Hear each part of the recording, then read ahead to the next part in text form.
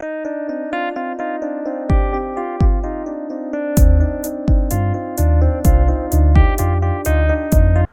so do the smart work.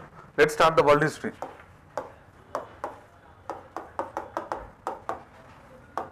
World history. So the first topic is Industrial Revolution.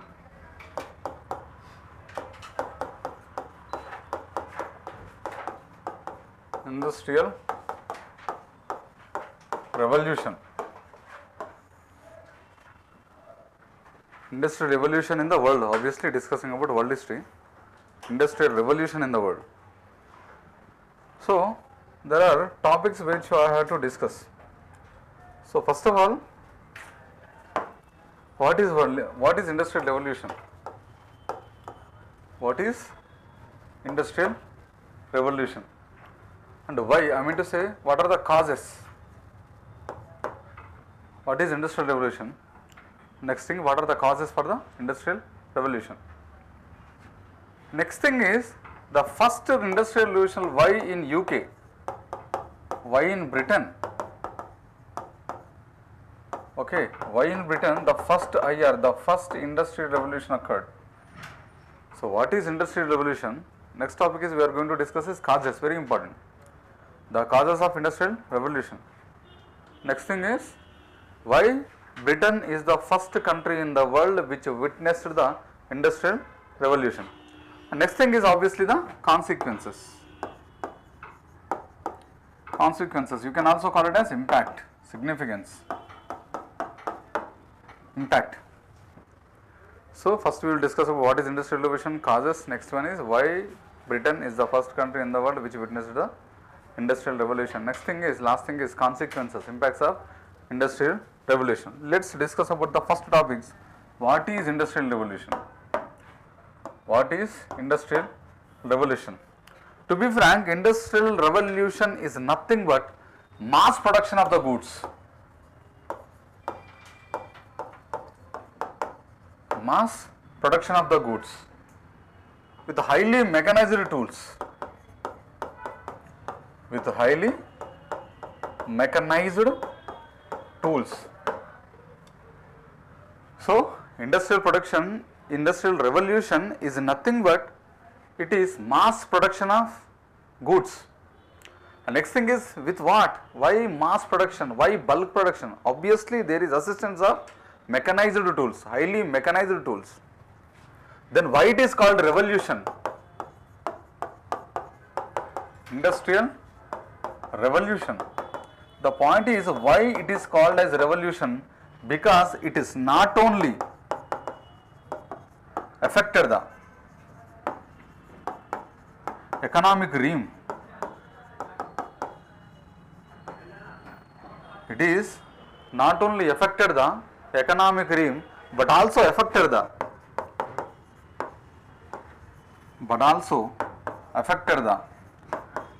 political and social aspects as well. Social aspects as well. That is the reason it is the used term the revolution. It is used the term revolution. So revolution is nothing but it has to interference into the political affairs, social affairs, obviously the economic affairs. So don't think that industrial revolution is only nothing but the economy. It is also about the political aspects. It is also about the social aspects. That is the reason the historians used the term revolution. Okay, the first country in the world which witnessed the industrial revolution is Britain.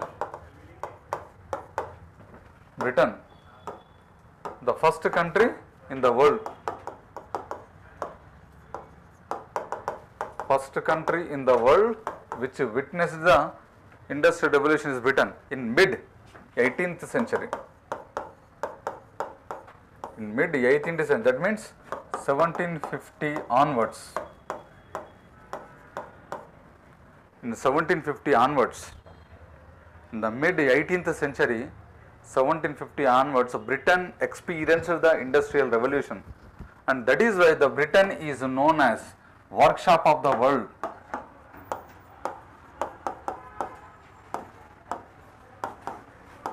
The workshop of the world.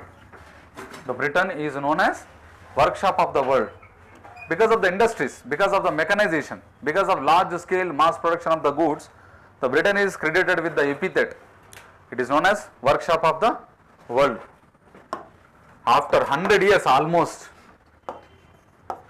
after 100 years almost, in mid 19th century, the remaining countries in the Europe, the remaining countries in the Europe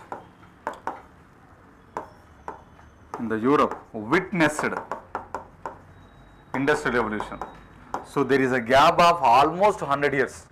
Yes, the Britain is very close to the, Britain is located in the Europe, but it took literally 100 years to diffusion of that knowledge, that revolution, that is the industrial revolution to the Europe. It took almost 100 years to the France, to the Germany. Okay, after 100 years almost in mid 19th century, remaining countries in the Europe witnessed industrial revolution. Industrial revolution. And you can say if in the Europe, that is Germany, next country. The next country which witnessed the industrial revolution actually Belgium. Belgium, second country which witnessed the industrial revolution. The Belgium is the second country which witnessed the industrial revolution. Next one is Germany. Next one is France. Okay, after Europe, the next country which witnessed industrial revolution is USA. And last country in the Europe is USSR, Russia. Last country in Europe which witnessed industrial revolution is Russia, that is USSR, rest well Russia. Germany, France and USA least. The first country which witnessed the industrial revolution in Asia, Japan. The first country which witnessed the industrial revolution in Asia is Japan. In Asia is the Japan.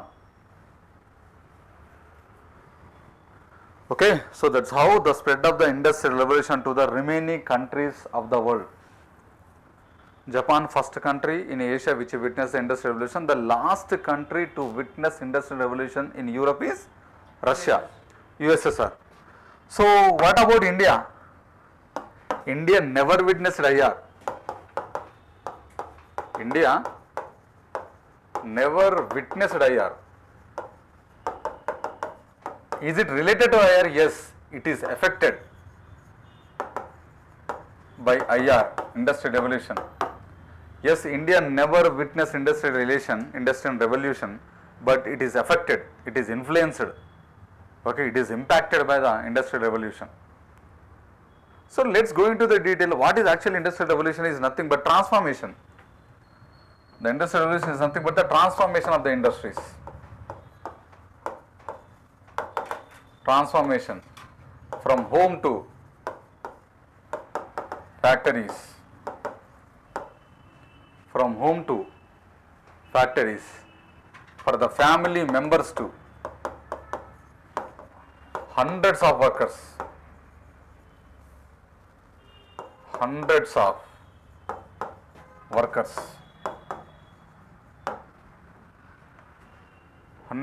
from rural to urban,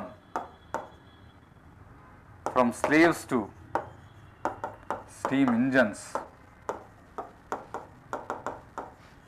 from local economy to national, international level,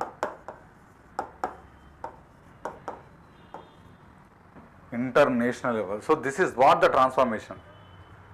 The villages, the cities, homes were turned into factories, from families into hundreds of workers, from rural to urban, from slaves to steam machines, local economy to national, international. So this is what the replacement transformation. So this is what the replacement transformation. To be put it in simple, the guild systems too. to the guild system to, they transformed intermediate to putting out system, and from the putting out system to, they turned into factory system. They turned into factory system. So this is what means the guild system is nothing but a family is working, just like a guild, making baskets, making some kind of cloths, making stitching. So restricted to family. What is putting out system is, in this putting out system, a outside person who never belongs to his home will offer the capital. That means he give the thread, he give the machines to the family, and whatever the finished goods done by the family, they will be collected in the evening by the same person. A kind of investment. But in the factory system is completely a capitalist. That means these people who are literally just a kind of factors of production is literally, in this also factory is also production, but in an immense way. They have to work like a machines. So that is what the transformation of industrial revolution, to put it simple, from guild system which is restricted to just a family without involvement of any foreign person, and in putting out system, foreign person will give the capital, a thread, a machine, like that, and whatever the things finished by the family will evening he will be collected. So he will be donated some kind of raw material, machines and all. But in factory system, the 90% of the investment, share capital, everything is done by the capitalist class. The laborers just will act as the machines. So this is what the transformation of industrial revolution in the world. The point is, what are the causes then? Let's discuss about the causes. What are the causes for the industrial revolution? What are the causes for the industrial revolution? Yes, world witnessed a revolution known as industrial revolution, but what are the reasons? First one is Renaissance and Reformation movements. Renaissance and Reformation movements. So this is witnessed during 15th to 17th century AD in Europe.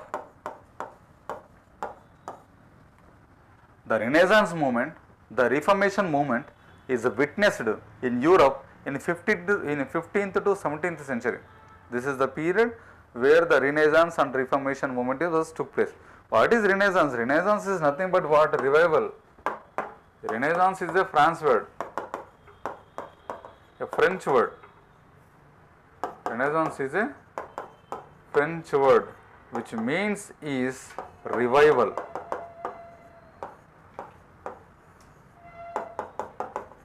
Which means revival. So that is the movement. Actually, why this revival?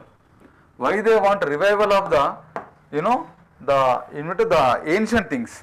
The point is what? The ancient things in the ancient period, in the ancient Europe, the major is Roman Empire. Roman Empire.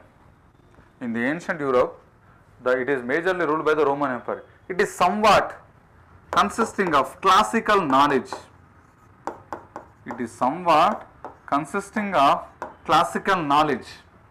That means the knowledge is respected.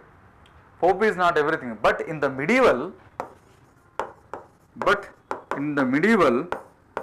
there is complete spoil. There is complete spoil of the system. That means what? The church, that is the Pope, dominated the politics. Church dominated the politics. That means what? A person who came with an innovation, for example, he has to prove his innovation before prove that knowledge it is correct or not. First that report should be submitted to the Pope. The best example is the heliocentric theory. Heliocentric theory. What is heliocentric theory? Sun is the center of the universe. This is what a person is innovated about his experiences, about his actually the research. So this report is put in front of the Pope.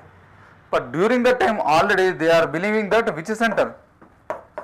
geocentric theory. That means what? Earth is the center, and he was brutally burnt alive, because you are indirectly questioning the authority of the Pope. Pope already, the church is already approved the geocentric theory. That means Earth is the center of the universe. So how you can prove, how you can say that no, sun is the center of the universe? So nothing but the domination of the religion, even in the science aspects, social aspects. So that is what the gross violation of the scientific, no scientific temper at all. So in the medieval period, this is what the Europe going through the phases. Okay, so the Pope dominated the politics. Even this kind of situation occurred in India. Right? What is Renaissance movement in India?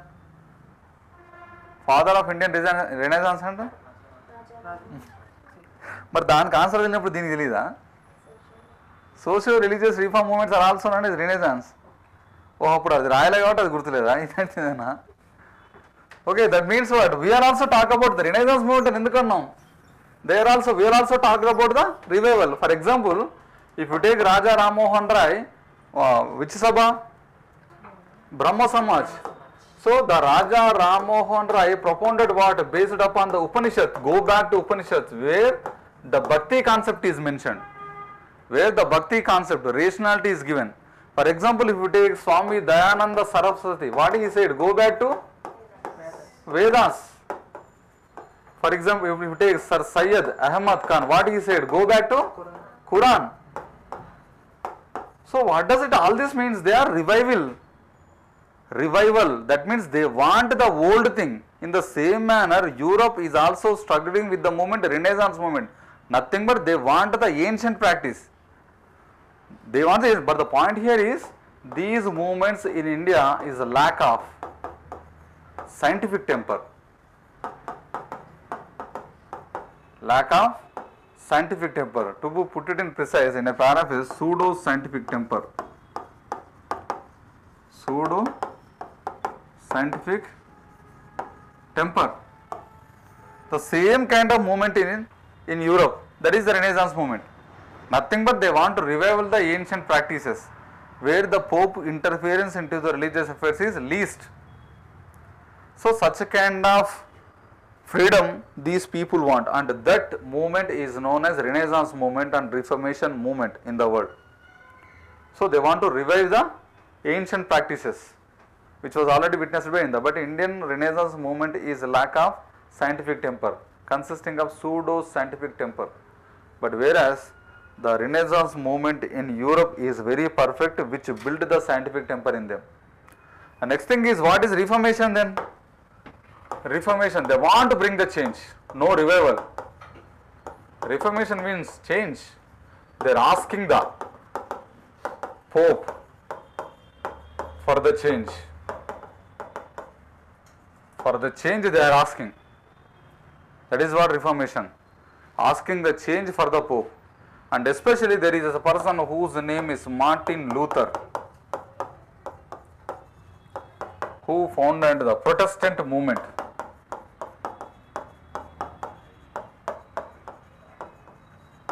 Protestant movement against the Catholic,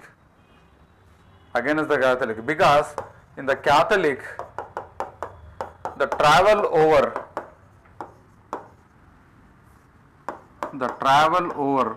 mid-ocean is banned. Okay, according to Catholic, the travel over mid-oceanic trade is banned. So this Protestant movement led to travel overseas without restrictions. Obviously, which led to growth of trade. And business, which ultimately paved the way for the Industrial Revolution. That is the point. So the conditions in the Europe in the medieval times, there is ban over the mid-oceanic trade. The Protestant movement led that ban lifted, and there is free travel over the seas, especially for the trade business, which led to the Industrial Revolution. That is the first reason. Because of Renaissance Reformation movement, there is free flow of thought, and especially the Pope religious affairs are completely separated into the social life of the people. Next thing is end of feudalism. Next is end of feudalism.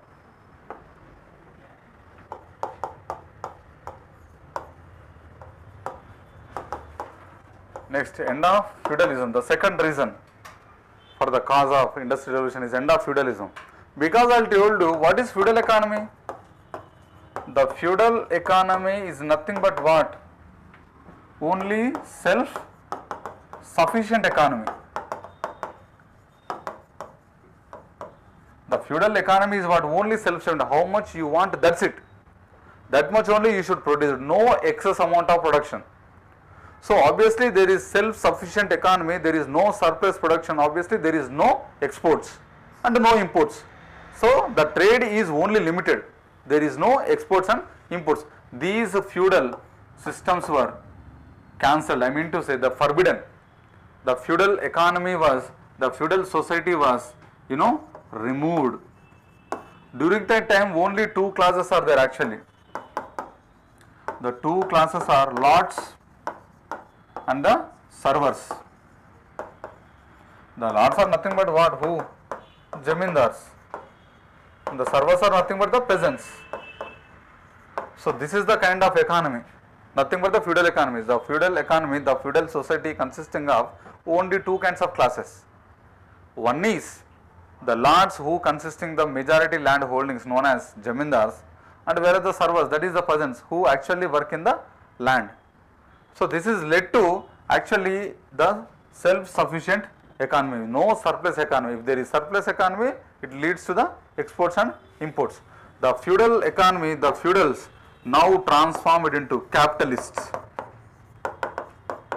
The feudals are turned into capitalists. So the capitalist is now spending money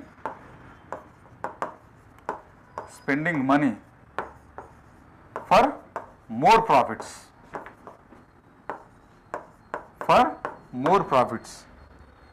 The capital is spending money, the feudal economy is abolished. That is, the feudal economy is abolished. And the capitalists, the feudals are turned into capitalists, and their role is to spend the money in the economy, which will lead to the more profits. Next, agriculture revolution. Third one is agriculture revolution or revolution in agriculture. Revolution in agriculture. Revolution in agriculture. In revolution agriculture means they produced now new yielding varieties. New yielding varieties.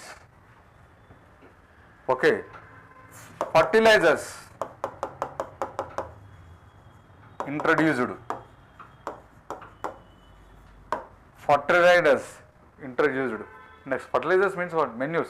Fertilizers and తెలుసు కదా. Fertilizers introduced. They innovated fertilizers. Next thing is what? Mechanization of agriculture.